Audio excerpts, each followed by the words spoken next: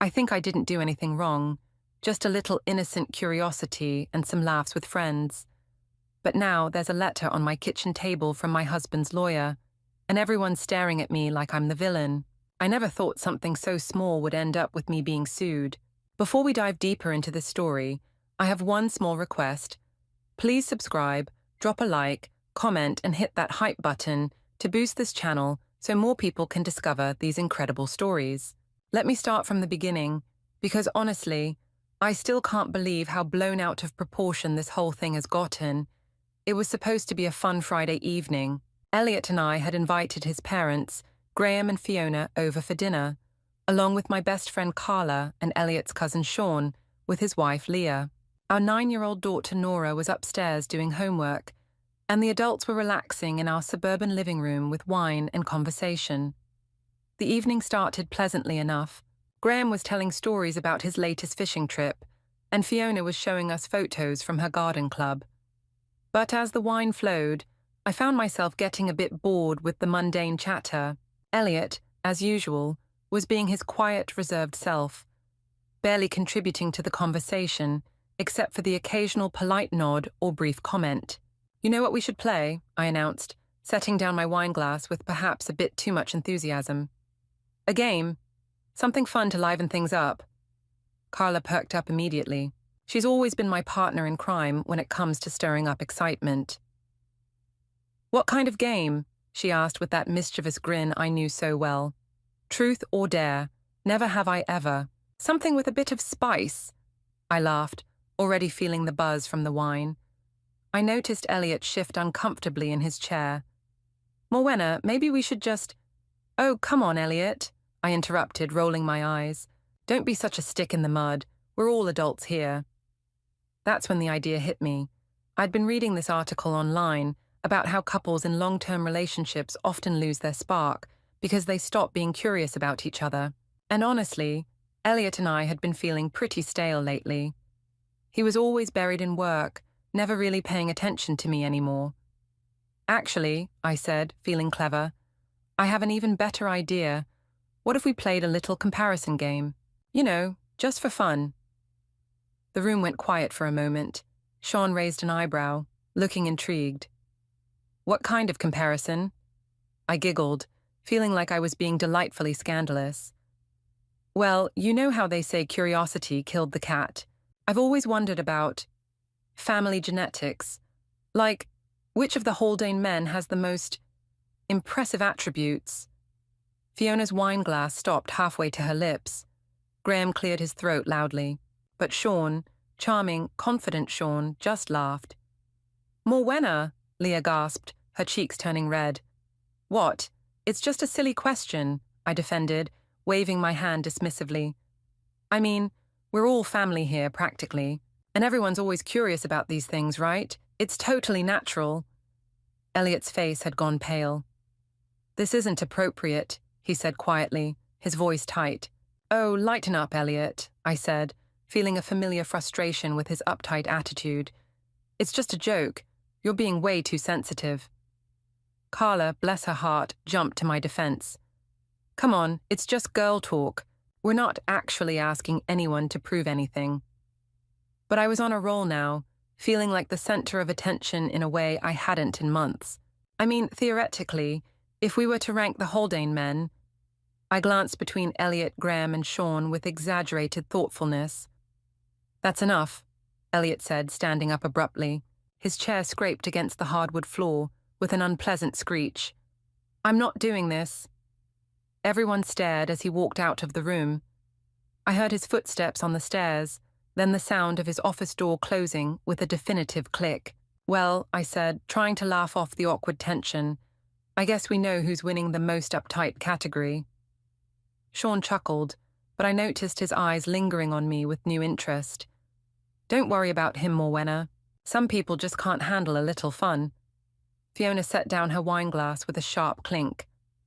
"I think perhaps we should call it tonight," she said, her voice cooler than I'd ever heard it. "Oh, come on, Fiona," I protested. "I was just being playful. Elliot knows I didn't mean anything by it." But the damage was done. Graham was already helping Fiona with her coat, muttering something about an early morning. Leah looked mortified, avoiding eye contact with everyone. Only Carla and Sean seemed unfazed by the whole thing. After everyone left, I found Elliot in his office, hunched over his laptop. The blue glow from the screen illuminated his tense expression. "Hey," I said, leaning against the doorframe. "Are you seriously upset about that silly joke?"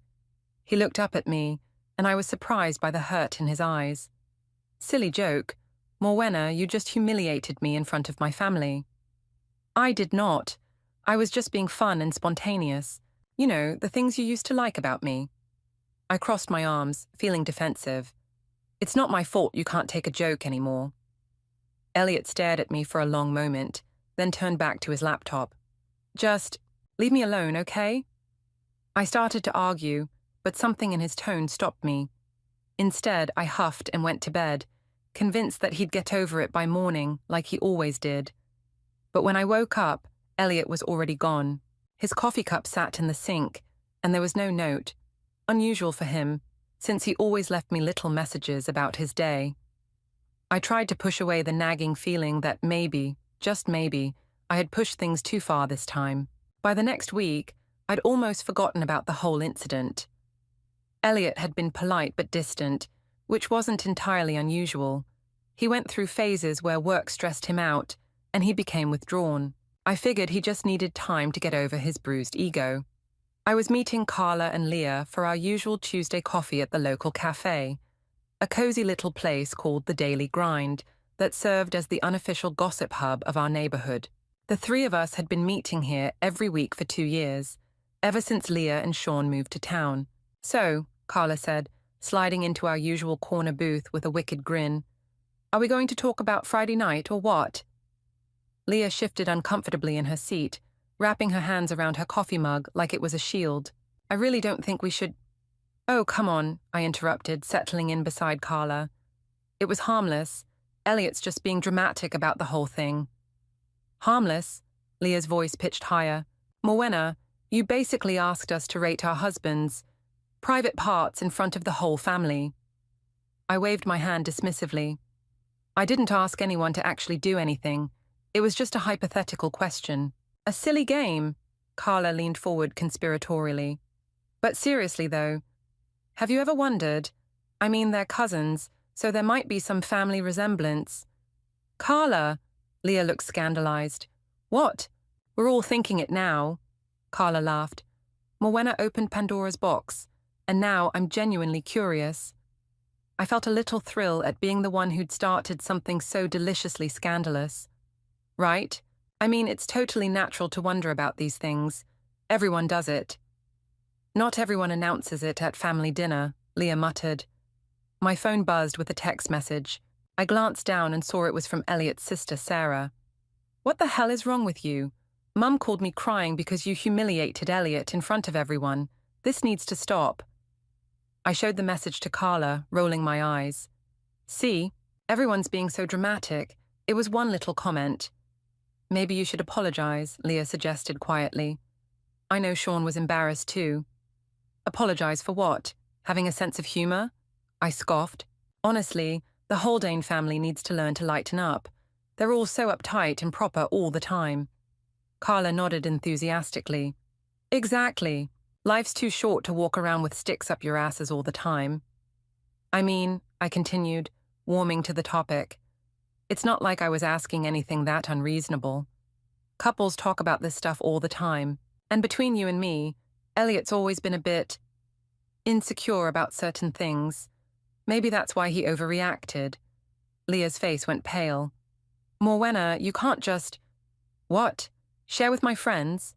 We tell each other everything." I felt a surge of irritation at her prudish attitude. Besides, it's not like I'm posting it on Facebook or anything. But even as I said it, an idea began forming in my mind. What if I could find out? What if there was a way to satisfy this curiosity that had been planted in my head? "You know what?" I said, leaning forward with renewed enthusiasm. "I bet I could figure it out, like, scientifically." Carla's eyes lit up. "How?" "Well, I could observe, make mental notes. Compare data. I giggled at my own cleverness. Like a research project. This is insane, Leah said, standing up abruptly. I can't listen to this anymore. Morwenna, you're talking about your husband and my husband like they're specimens in a lab. Oh, don't be so dramatic, I called after her as she grabbed her purse. It's just girl talk. But Leah was already walking away, her heels clicking angrily against the cafe's tile floor. Carla watched her go with amusement. She's so uptight, probably worried about what you might discover about Sean. Right, I agreed. I mean, if you're confident in your man, what's there to worry about? We spent another hour dissecting the situation, with Carla encouraging my increasingly elaborate plans for research. By the time we parted ways, I felt vindicated and excited about my little project.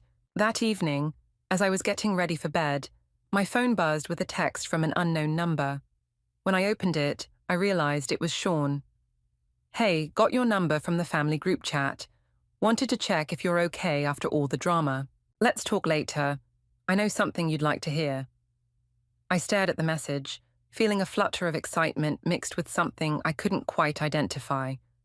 Before I could respond, I heard Elliot's footsteps on the stairs.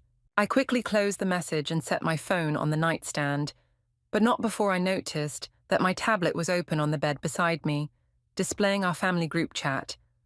In my excitement about Sean's text, I'd forgotten to close it. Elliot walked into the bedroom, and I saw his eyes flick to the tablet screen.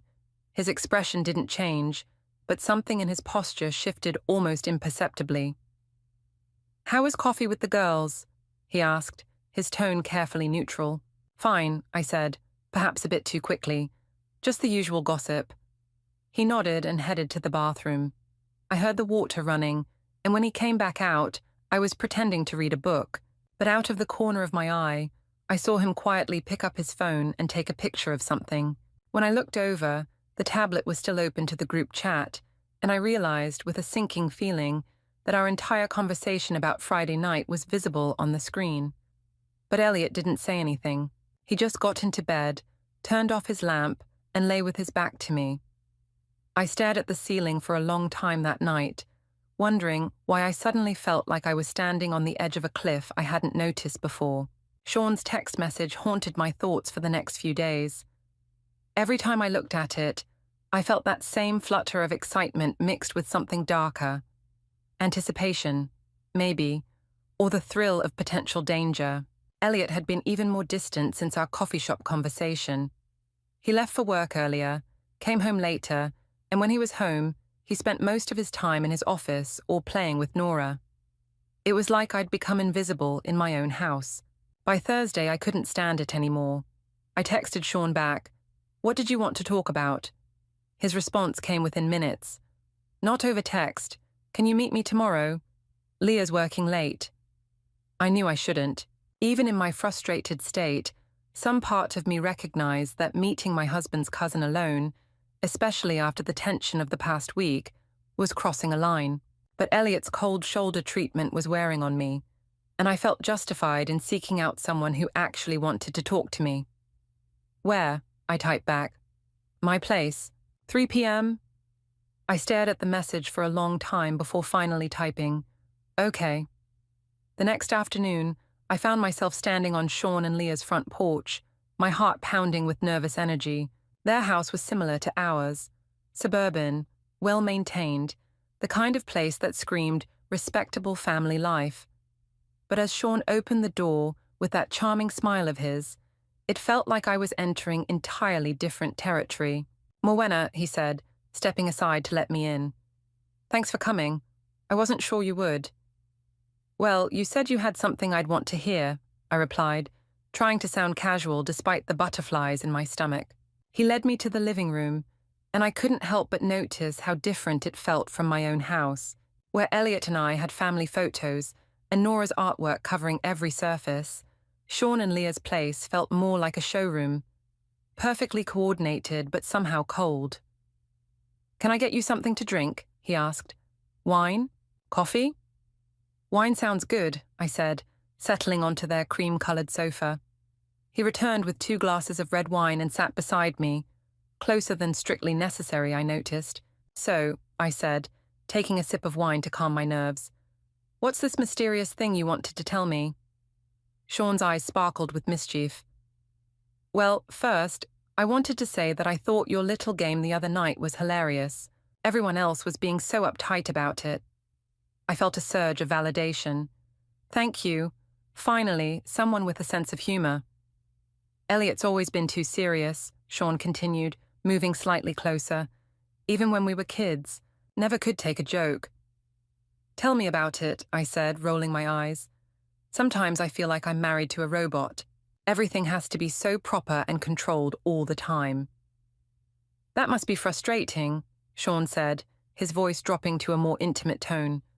A woman like you, vibrant, spontaneous, full of life, stuck with someone so repressed. The wine was making me feel warm and bold. You have no idea. Sometimes I wonder what would have happened if I'd met someone different first, someone who appreciated my sense of adventure. Sean's hand moved to rest on the sofa behind me, not quite touching but close enough that I could feel the heat radiating from his skin. About that game of yours, he said. The comparison thing? Yeah? I felt my cheeks flush.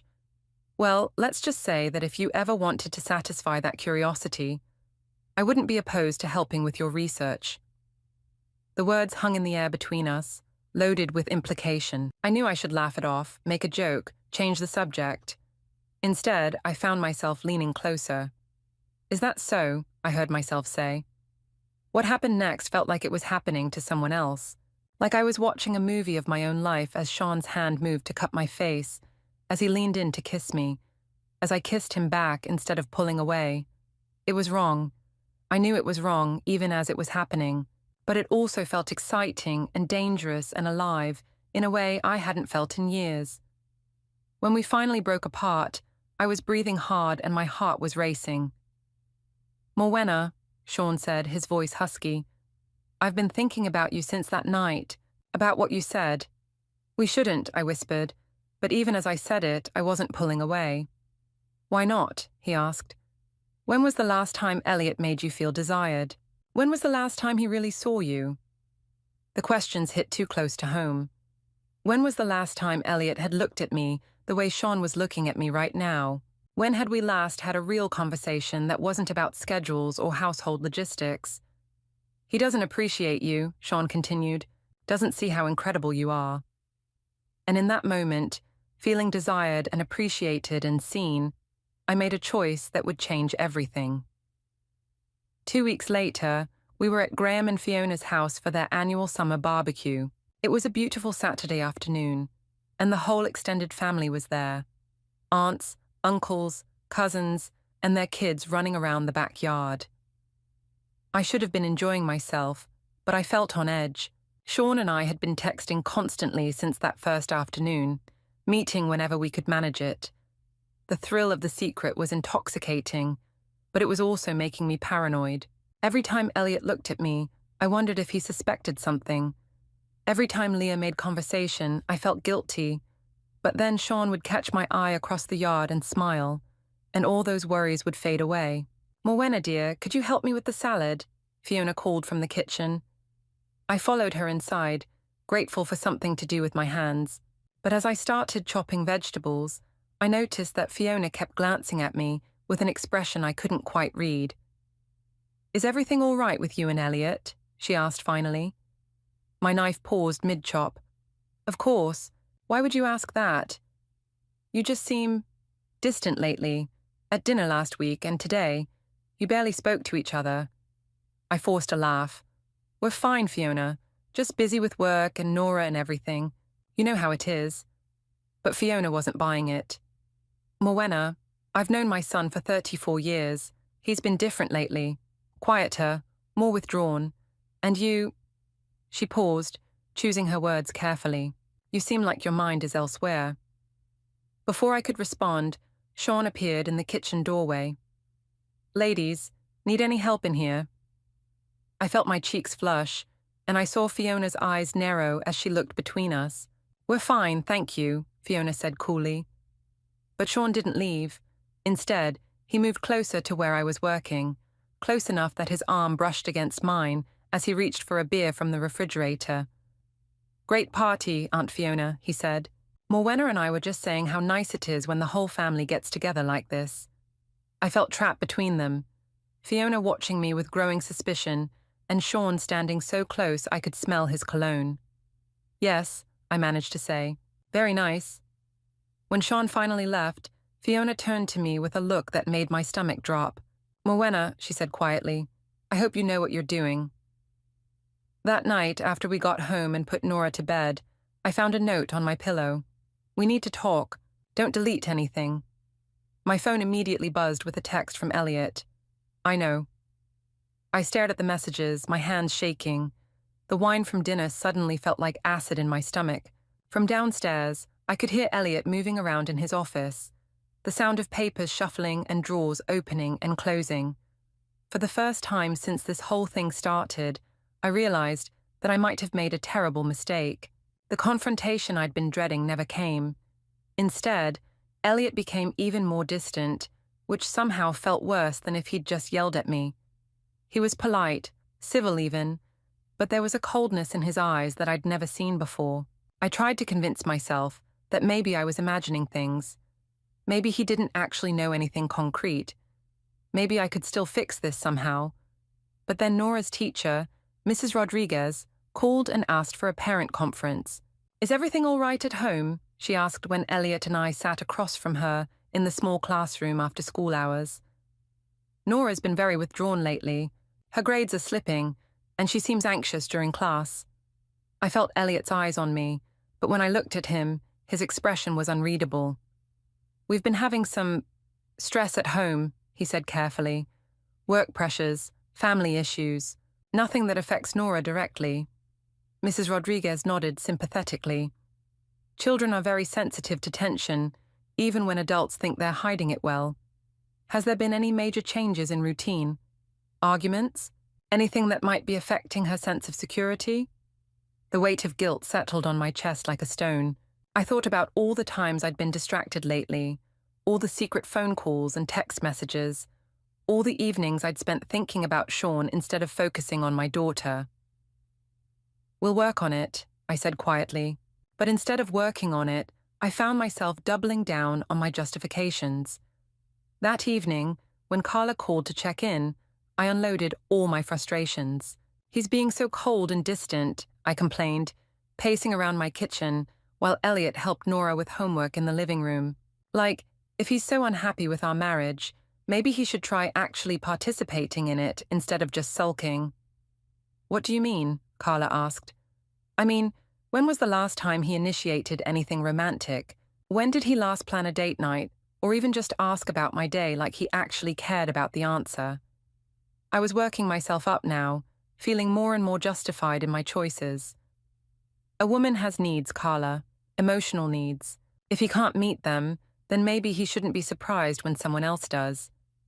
"Are you saying what I think you're saying?" Carla's voice dropped to a whisper. I glanced toward the living room, where I could hear Elliot patiently explaining a math problem to Nora. "Let's just say that some members of the Haldane family are more attentive than others." Carla gasped. "Morwenna, you didn't—" "I'm not admitting anything," I said quickly. "But hypothetically speaking, if a woman felt completely neglected by her husband, and if his charming cousin happened to make her feel appreciated and desired, well, these things happen." "Oh my God," Carla breathed. "How long has this been going on?" "There's nothing going on," I said, but even I could hear how unconvincing I sounded. "It's just nice to feel wanted for once." The conversation continued for another 20 minutes, with me painting myself as the victim of Elliot's emotional neglect and Sean as my knight in shining armor. By the time I hung up, I'd almost convinced myself that I was completely justified in everything I'd done. But my sense of righteousness was short-lived. The next day, I got a call from my friend Jessica, whose kids went to school with Nora. "Morwenna," she said, her voice carefully neutral, "I heard something at school pickup today that I thought you should know about." My stomach dropped. "What kind of something?" "Well, apparently Carla was talking to some of the other moms about relationship issues, and your name came up." I closed my eyes, feeling the world tilt around me. What exactly did she say? Something about the Haldane men and comparisons and affairs. Jessica paused. Morwenna, please tell me this isn't what it sounds like. But I couldn't, because it was exactly what it sounded like. Within hours, my phone was buzzing with calls and texts from people I hadn't heard from in months. Some were concerned friends asking if I was okay. Others were clearly just fishing for gossip. A few were family members expressing their disappointment and shock. The worst was a text from Leah. How could you do this to me? To Nora? I trusted you. That evening, Fiona called and asked to speak with Elliot. I handed him the phone and watched his face grow increasingly grim as he listened to whatever she was telling him. When he hung up, he looked at me with an expression I'd never seen before.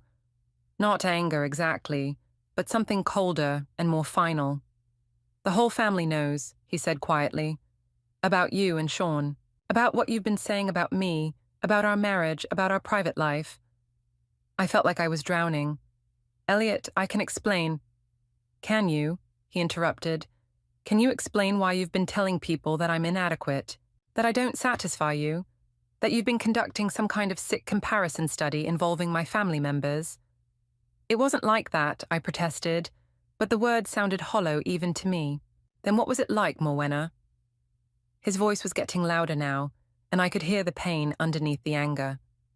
Because from where I'm standing, it looks like you've been humiliating me publicly while having an affair with my cousin. So please explain to me how I'm misunderstanding the situation. I opened my mouth to respond, but nothing came out. Because the truth was, I couldn't explain it in a way that didn't make me look like exactly what I was. A woman who had betrayed her husband and family for the sake of excitement and validation. I've consulted a lawyer, Elliot said finally. Everyone's going to get the full story soon, the real story, with evidence and documentation. I laughed, but it came out shaky and desperate. Evidence? Elliot, you're being dramatic. It's not like I committed a crime. But even as I said it, I felt a chill run down my spine. Because the look in Elliot's eyes told me that he wasn't bluffing. And for the first time since this whole thing started, I began to realize that I might be in serious trouble. The law office smelled like leather and disappointment. I sat across from my hastily hired attorney, Margaret Chen, watching her flip through a thick folder of documents that Elliot's legal team had provided as part of the discovery process. Mrs. Haldane, Margaret said, looking up at me with barely concealed exasperation, I have to ask, did you really think none of this would come back to you? Spread across her desk were printouts of text messages, bank statements, photographs, and what appeared to be a detailed timeline of events. I recognized my own words staring back at me from various screenshots, and my stomach lurched. I don't understand, I said, though that wasn't entirely true. What does any of this have to do with divorce proceedings? Margaret picked up one of the documents. Well, let's start with the defamation claim. Your husband's attorney has documented instances where you publicly disparaged his character, shared intimate details about your marriage without consent, and made what could be construed as libelous statements about his personal attributes. She handed me a stack of screenshots. I saw messages from the group chat with Carla and Leah, posts from social media that I'd forgotten I'd made, and even what appeared to be a recording from Nora's parent-teacher conference. How did they get all this? I whispered. Text messages are discoverable in legal proceedings. Social media posts are public record, and apparently, several people were concerned enough about the situation to document things themselves. Margaret's tone was professional but cold. Mrs. Haldane, did you really discuss your husband's intimate details with other parents at your daughter's school? I remembered that day vividly now. I'd been feeling particularly vindicated after an afternoon with Sean, and when another mom had made a comment about how quiet and reserved Elliot seemed, I'd let slip some comments about his performance issues and how I was getting my needs met. Elsewhere, it was just girl talk, I said weakly. Girl talk that was overheard by at least 6 other parents and 1 teacher, Margaret replied. There's also the matter of the affair itself. She pulled out another set of documents, bank statements showing charges to hotels, restaurants, and even a weekend getaway that Sean and I had taken when I told Elliot I was visiting my sister. Your husband's attorney has compiled a very thorough timeline of your relationship with Mr. Vickers. Credit card receipts, GPS data from your phone, witness statements. She paused. Mrs. Haldane, did you know your husband had a dashboard camera in his car? My blood ran cold. What? Apparently he installed it several months ago for insurance purposes, but it captured some very interesting footage of you leaving Mr. Vickers' residence at various times when you were supposed to be elsewhere. She showed me still frames from the video, me walking out of Sean's house, looking around nervously before getting into my car, me kissing Sean goodbye on his front porch, me arriving at the hotel where we'd spent our weekend together. This is stalking, I said desperately. He was spying on me. He was documenting suspected adultery for legal purposes, Margaret corrected, which, given the evidence, appears to have been justified. I felt the walls closing in around me. What does this mean? What's he asking for? Margaret consulted another document. Full custody of your daughter, with supervised visitation for you until you complete counselling. Division of assets heavily in his favour due to marital misconduct, and he wants you to pay his legal fees. He can't do that, I protested. Nora needs her mother. Mrs. Haldane, your daughter's teacher has documented behavioural changes consistent with a child experiencing trauma from family instability. Your husband has character witnesses testifying to his fitness as a parent, while you have... She gestured at the pile of evidence. This. I stared at the documents, feeling like I was looking at someone else's life. How had things gotten so out of control? There's also the matter of Mr. Vickers, Margaret continued. His wife has filed for divorce as well, and she's naming you as co-respondent. She's also considering a civil suit for alienation of affection. Alienation of what? It's a tort claim. Essentially, she's arguing that you deliberately interfered with her marriage and caused the breakdown of her relationship with her husband. I thought about Leah, sweet, trusting Leah, who had welcomed me into the family, who had confided in me, about her struggles with infertility, who had considered me a friend. Can she do that? In this state? Yes, and given the evidence. Margaret gestured at the papers again. She has a strong case. My phone buzzed with a text message. I glanced down and saw it was from Sean. Lawyers are telling me to cut all contact. Sorry, this got too complicated. Just like that, the man I'd risked everything for was abandoning me. Mrs. I hadn't just lost Ruby. I'd lost the right to call myself the kind of mother she deserved. 6 months later, I sat in the same courthouse, but everything was different. Your best option might be to accept a settlement and try to minimize the damage. But I'm the victim here, I said, hearing the desperation in my own voice. Elliot was emotionally distant. He neglected me. He drove me to this. Margaret looked at me with something that might have been pity. Mrs. Haldane, I understand that marriages are complicated, but legally speaking, emotional distance is not grounds for defamation, adultery, or public humiliation. Your husband may not have been the perfect spouse, but he didn't break any laws. You, on the other hand. She didn't need to finish the sentence. The evidence spoke for itself. That evening, I sat in my empty house. Elliot had moved out and taken Nora with him, temporarily, staring at the legal documents scattered across my kitchen table. My phone had been quiet all day. Carla wasn't returning my calls. My mother had left a voicemail saying she was disappointed and needed time to process. Even my sister had been cold when I'd tried to explain my side of the story. I picked up one of the screenshots of my own text messages, reading words I'd written just weeks ago. If Elliot was half the man his cousin is, maybe I wouldn't have to look elsewhere for satisfaction. The woman who had written those words felt like a stranger to me now.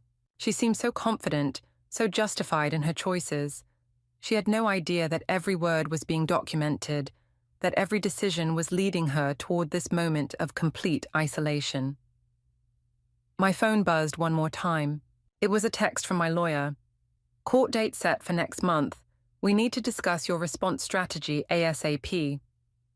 I stared at the message until the words blurred together, finally understanding that this wasn't just going to go away.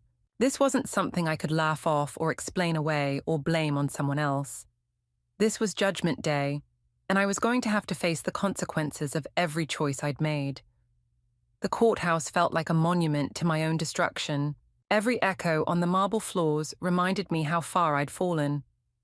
Across the aisle, Elliot sat with his lawyer, calm, composed, and completely finished with me. When our eyes met, there was no anger left, just quiet disappointment.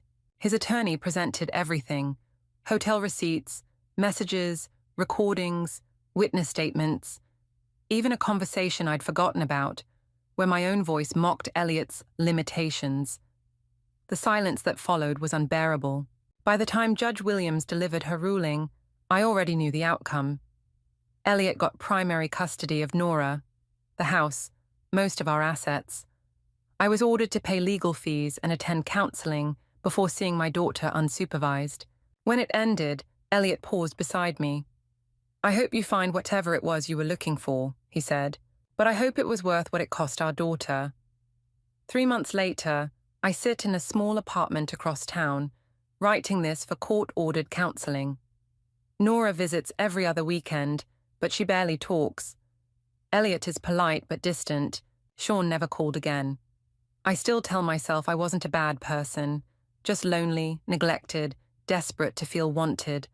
But that doesn't matter anymore. My reasons don't undo the harm. Elliot was right. Whatever I was searching for, it wasn't worth the price. Because in the end, I didn't just lose my marriage. I lost the right to pretend I was the victim. Don't forget to hit like, subscribe, and turn on the bell so you don't miss the next story. Write in the comments from which city you are watching, are watching, are watching, are watching, are watching, are watching, are watching.